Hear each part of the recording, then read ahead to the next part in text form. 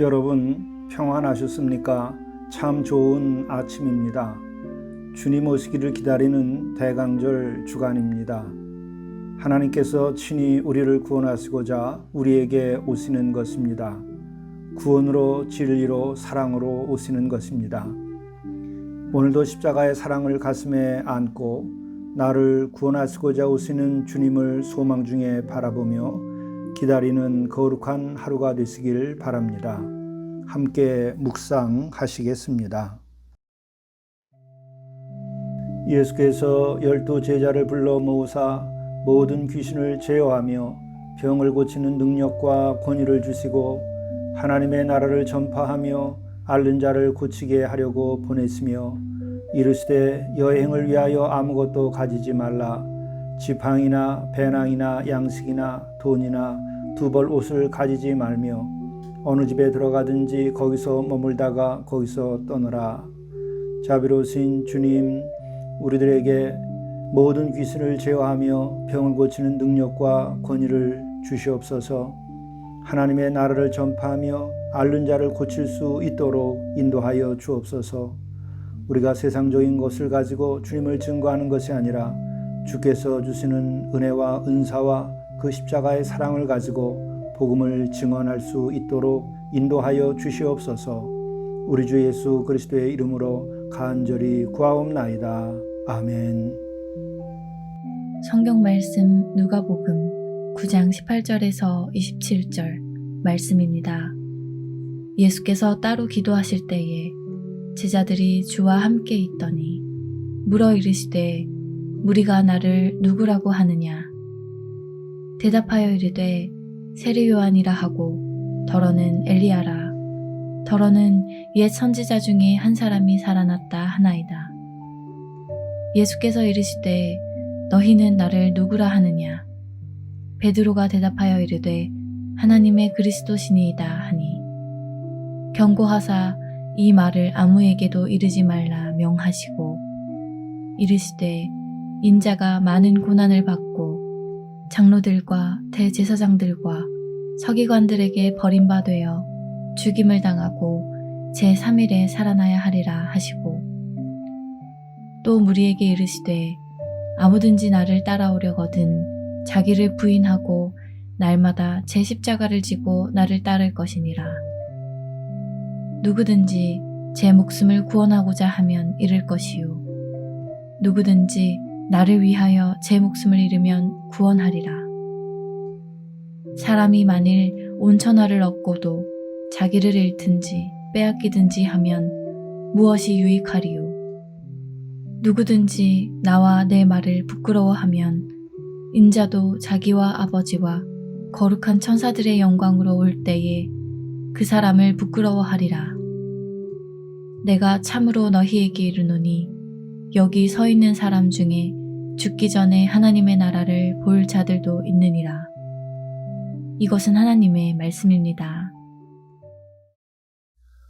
오늘 11월 30일 화요일 영성 일기를 통해서 우리에게 주시는 하나님의 말씀은 누가복음 9장 18절부터 27절의 말씀입니다. 오늘의 말씀은 세 가지의 주제로 되어 있습니다. 첫째는 예수께서 당신이 그리스도 되심을 계시하는 말씀입니다. 두 번째는 그리스도로서 고난을 받게 된다는 것과 부활을 하게 된다는 것에 대하여 말씀해 주고 있습니다. 그리고 세 번째로는 제자가 되려고 한다면 각자의 십자가를 지고 따라야 한다는 말씀을 해 주십니다. 18절의 말씀입니다.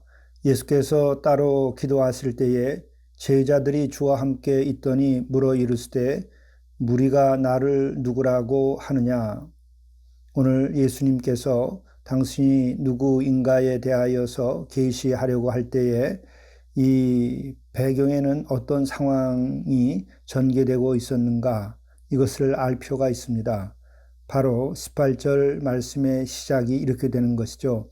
예수께서 따로 기도하실 때에 제자들도 함께 그곳에 따라갔었던 상황입니다. 우리는 여기에서 예수님의 삶을 생각할 때에 예수님은 어떻게 사셨는가, 여기에 대해서 우리들이 분명히 알아야 될 것이 있습니다. 우리와 같은 육을 입었기 때문에 먹고 마시고 주무시고 쉬시고 하셨겠죠. 그러나 예수님께서 하신 가장 중요한 일은 가르치시고 또 우리를 치유해 주시고 또 회개의 말씀을 선포하신 것이 있지만 예수님 스스로가 하신 중요한 것이 있습니다. 그것은 다름 아니라 기도하셨다고 하는 것이죠. 예수님의 삶의 중심에는 기도가 있는 것입니다. 예수님이 그리스도로서의 사역을 감당하는 모든 그 여러 가지 티칭과 프리칭과 힐링의 일에 있어서 그것을 가능케 했던 것은 바로 기도하셨다고 하는 것입니다. 항상 제자들을 데리고 여러 가지 가르치시고 어떤 사건의 중심에 서서 구원의 사역을 하실 때 바로 그 뒤에는 예수께서 기도하신 그 과정을 통해서 얻으신 능력을 가지고 바로 사역을 감당했다고 하는 것입니다. 그러므로 우리가 예수 그리스도를 주로 영접하고 구원함을 받고 이제 복음을 증언하고 우리도 가르치고 또 치유하고 천국 복음을 선포하여서 회개의 역사가 일어나게 하려고 할 때에 어떻게 해야 될 것인가에 대해서 분명한 답이 주어져 있는 것입니다. 바로 우리들이 예수님처럼 기도하여서 능력을 받고 그것을 가지고 행할 때에는 모든 사역을 능히 잘 감당할 수 있게 됩니다. 그러나 우리가 충성하는 마음도 있고 헌신하는 마음도 있고 사랑하는 마음도 있어서 우리가 예수님의 사역을 우리들이 감당하려고 할 때에 놀랍게도 능력이 나타나지 아니하는 것들이 있습니다. 참으로 많은 마음의 준비가 됐음에도 불구하고 또 충성을 다하여 열심을 다하여 행함에도 불구하고 능력이 나타나지 아니하는 수들이 많이 있습니다. 그것은 바로 마음은 있으되 기도하지 아니했기 때문입니다. 내가 충성은 하려고 하는 마음을 가지고 있지만 내가 기도하여 하나님께로부터 은혜와 은사를 입지 아니했기 때문에 열매가 없는 것입니다. 능력이 나타나지 아니하는 것입니다. 그러므로 우리는 크고 작은 일을 할 때에 항상 그 전에 기도를 통해서 마음의 준비를 하고 기도를 통해서 능력을 받고 기도를 통해서 확신을 가지고 나아가야만 합니다. 바로 이것은 예수님께서 우리에게 보여주신 모범입니다. 예수님께서 놀라운 구원의 역사를 일으키고 메시아로서의 하셔야 할 바를 능력 있게 하시게 된 것은 바로 기도를 통해서 하늘 아버지가 함께 계시고 권능으로 함께 할 때에 그와 같은 일들이 일어난 것입니다. 우리들도 마찬가지입니다. 우리가 마음만 먹고 충성심만 갖고 헌신하겠다고 해서 놀라운 은혜의 역사가 일어나는 것은 아닙니다. 기도를 해서 하나님께서 내주하시고 또 내주하여서 능력으로 함께 하셔서 나를 통하여 하나님이 나타나야 되는 것이죠. 내가 지칭과 프리칭과 힐링과 같은 예수님께서 하신 사역을 할 수 있는 것이 아닙니다. 내 안에 계신 주께서 하시는 것입니다. 내 안에 계신 성령 하나님께서 하시는 것입니다. 그러므로 우리는 우리의 믿음과 마음을 가지고 주의 일을 위하여 충성을 다하려고 하는 마음을 가질 필요가 있습니다. 그러나 거기에 반드시 따라야 될 것은 능력인데 그 능력은 바로 예수님처럼 기도할 때에 우리 안에 내재하게 되고 그 힘이 임하여서 놀라운 역사를 일으키게 되는 것입니다. 오늘 말씀의 주제로 돌아갑니다. 예수께서 드디어 3년 가까이 제자들과 지내면서 마침내 물어보시게 되는 거죠. 무리가 나를 누구라고 하느냐? 대답하여 이르되 세례 요한이라 하고 더러는 엘리야라, 더러는 옛 선지자 중에 한 사람이 살아났다 하나이다. 그렇습니다. 세상 사람들이 볼 때에 세례 요한이라고도 생각을 했었습니다. 그것은 세례자 요한도 회개하라 천국이 가까웠다고 하는 그런 메시지를 전했죠. 예수님도 역시 회개하라 하나님 나라가 가까웠음을 선포했습니다. 그랬기에 아마 세례 요한과 동일시했었을 수 있을 것입니다. 그 다음에 엘리야라고 하는 분은 구약에 있어서 가장 당시까지 능력의 예언자였습니다. 권능의 예언자였습니다. 예수께서 놀라운 권능을 행하고 이적을 일으키시니까 엘리야라 이렇게 생각했었을 것입니다.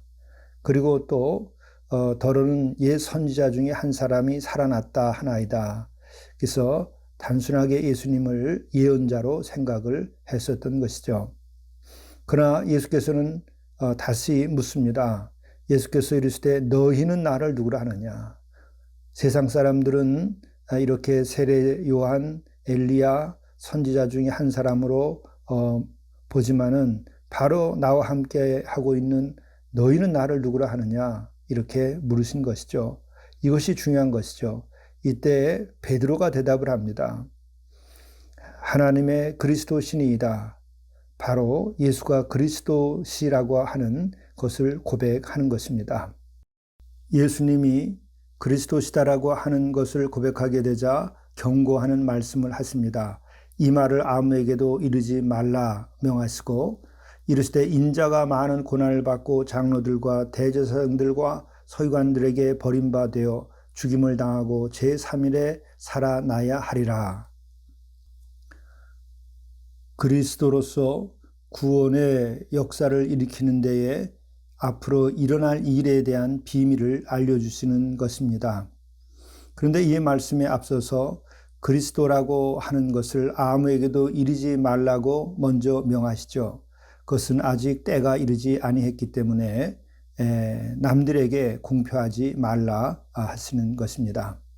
그리고 23절에 이어서 이제 이 제자들을 향하여 당부하십니다.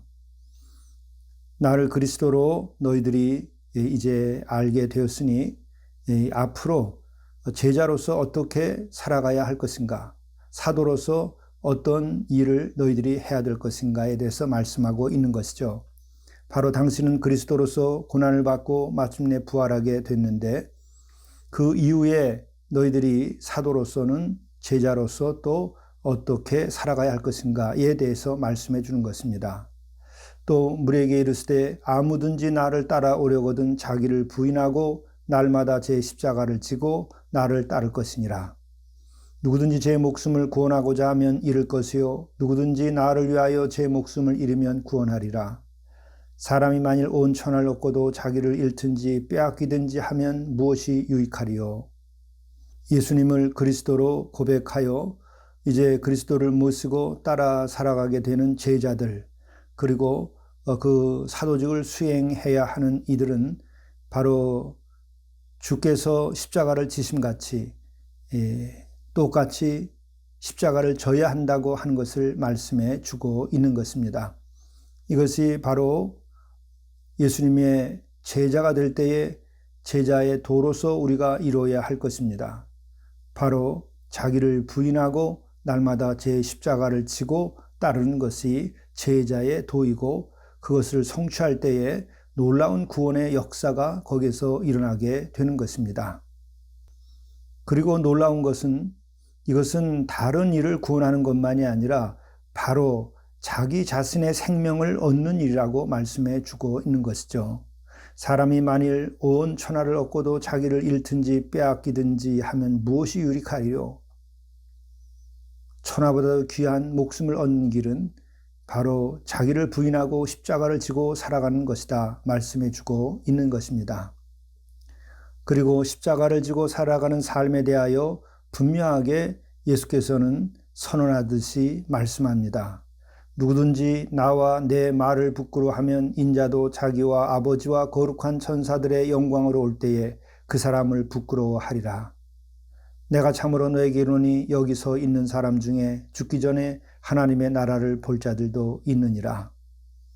바로 그렇습니다. 이 말씀 그대로 우리는 주님을 부끄러워하지 아니하고 주님을 바라보며 하나님의 영광을 우리가 볼 수 있어야 합니다. 그리고 또한 주님을 바라다 보며 우리는 구원과 그 승리를 바라다 볼 수 있어야 됩니다.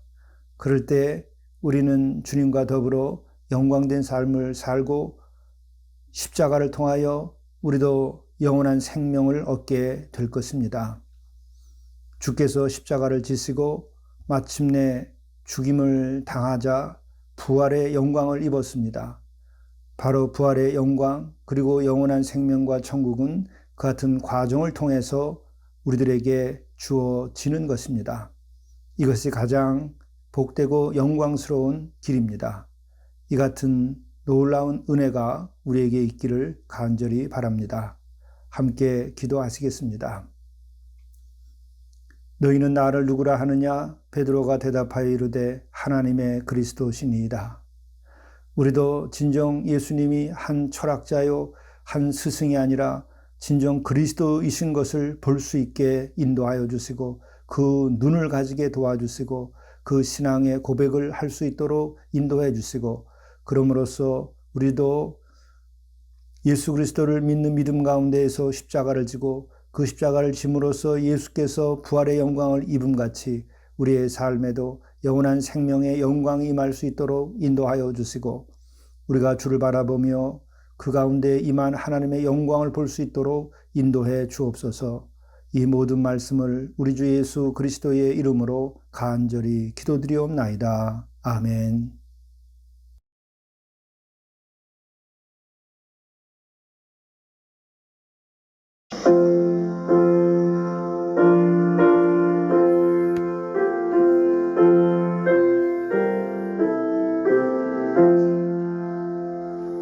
내 주 되신 주를 참 사랑하고 곧 그에게 죄를 다고합니다. 그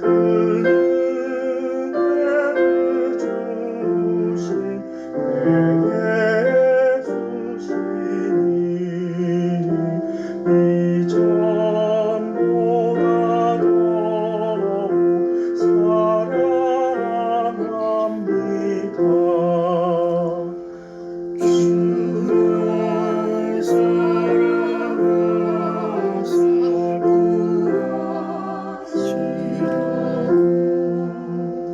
저 십자가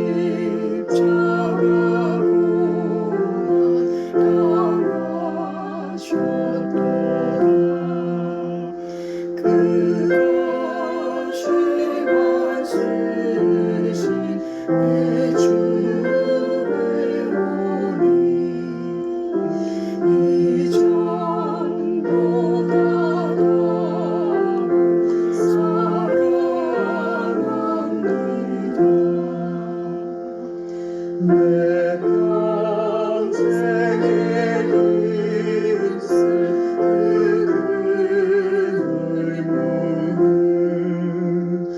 주 예수의 너를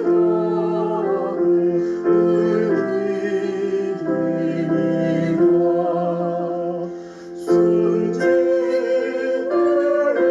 순진하게까지 내 말씀 이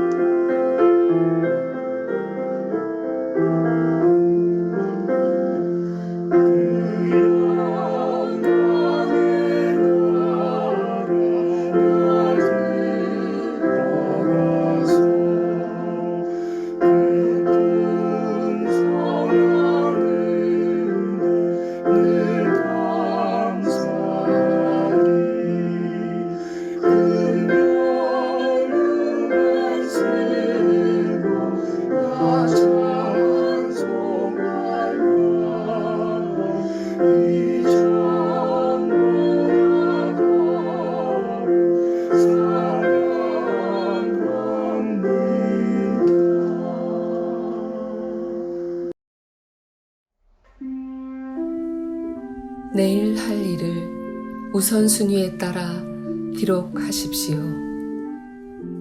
가치의 순위를 아는 삶이 지혜로운 삶입니다.